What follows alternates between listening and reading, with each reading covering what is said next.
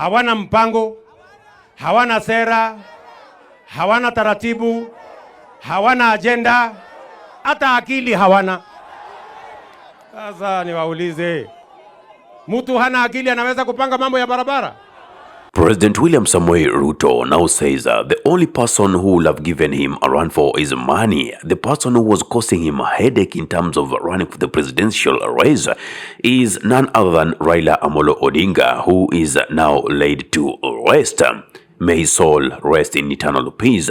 Now, President Ruto says, looking at the current opposition, he sees no worthy competitor.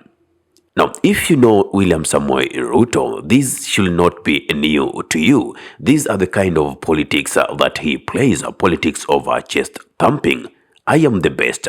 If you see the other guys, do you think they're able to beat me? If you look at me and look at them, do I seem like a person whose votes should or could be rigged? I am not that type of a person.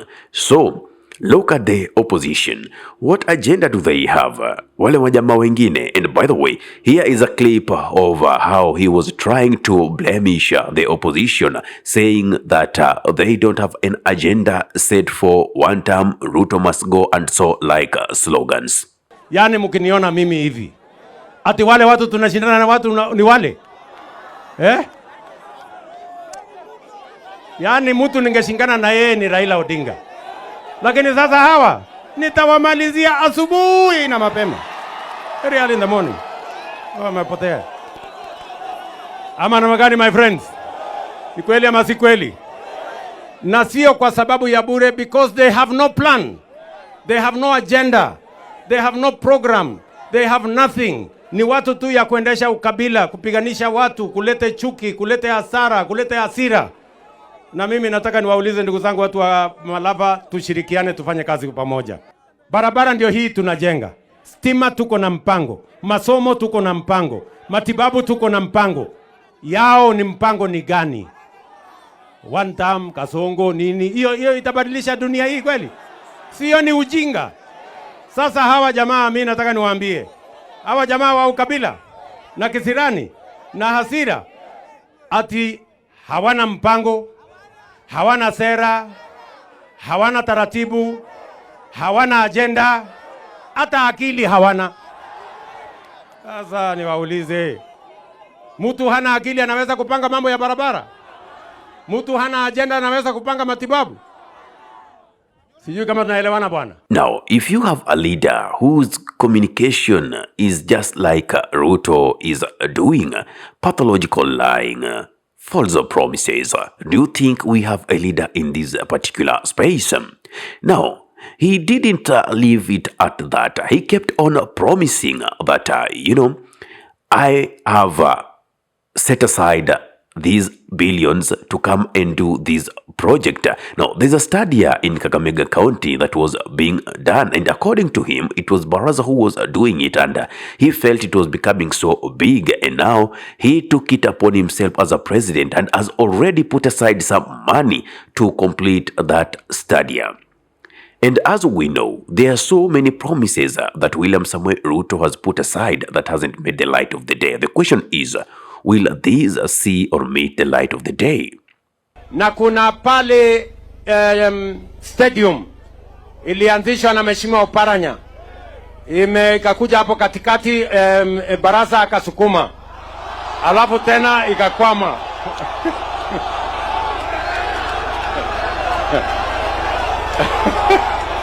Ikizeni. Lakini sasa ikizeni, huyu Baraza akakuja akaniambia hii stadium imekuwa kubwa sana. Sasa mimi nikakubali. Nikasema sasa hiyo stadium mimi mwenyewe nitajenga na nitakamilisha.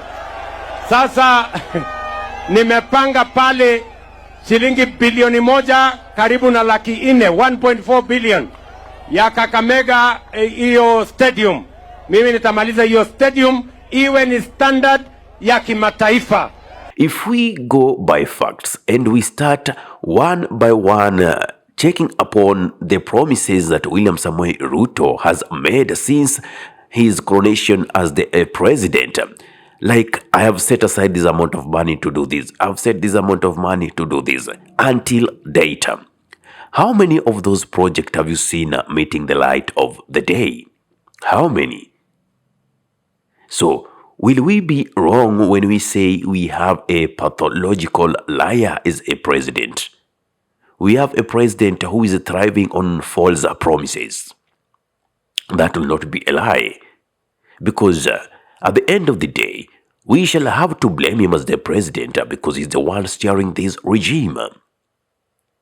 He has no space to run to other than be responsible for his talks. Remember, he is one of the president who has so many advisors. Unfortunately, President William Samoei Ruto is the one who advises his advisors and thinks that he is the most intelligent of all in this nation by the title a doctor.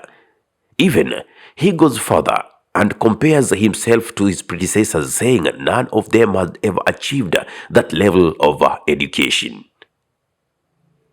Now, we have a president who knows how to chest thump, but delivery zero. Is this the kind of person whom we want to take us through to 2032?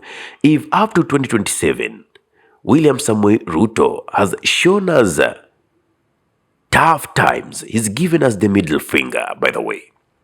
Now, in Swahili, there's a say that mjini skuli, meaning the streets are an institution of learning. And the kind of life that William Samoei Ruto has put us through is that institution of learning. Now, you can imagine, beyond 2027, if he's shown us the middle finger now, what could he be possibly be able to do beyond 2027 towards the 2032? We've seen him sign bills that to us feel like draconian or backward.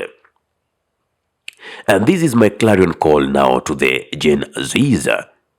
We had this vision of occupying parliament, occupying state house. It is time to take up the ideas, register as voters, and now occupy these leadership positions. Directly from the MCAs, MPs, senators, gubernatorial seats, and also the presidency. Let us leave no stone unturned. And by the way, I blame we as Kenyans because we need change, but yet still we have time to go listen to empty rhetorics from the same people whom we are crying are making our lives difficult. Where are those crowds coming from if not from you Kenyans? There are so many ways of demonstrating. There are so many ways of staging a protest. We can do it in silence. Let someone like Ruto come into a place and find that hall empty, that stadium empty. Then they will know, Kenyans, we are serious about this. It's not every time that we have to be in the streets and deal with the tear gas and the bullets. There's a way we can do it. If we know that they are not integrity-driven leaders, why should they have our attention? I don't know. What's your take? What do you think about this? Give me your thought in the comment section below. And if you're watching from our YouTube channel and you love content of this nature, kindly subscribe and press the notification button so anytime that we are live or we upload content of this nature, you'll be the very first person to be notified. Ahmed Khalif is my name for the unscripted talks here in Dab Radio. Assalamu alaikum warahmatullahi wabarakatuhu. Kwa timba kali za Afrika, Dab Radio ndio mpango mzima.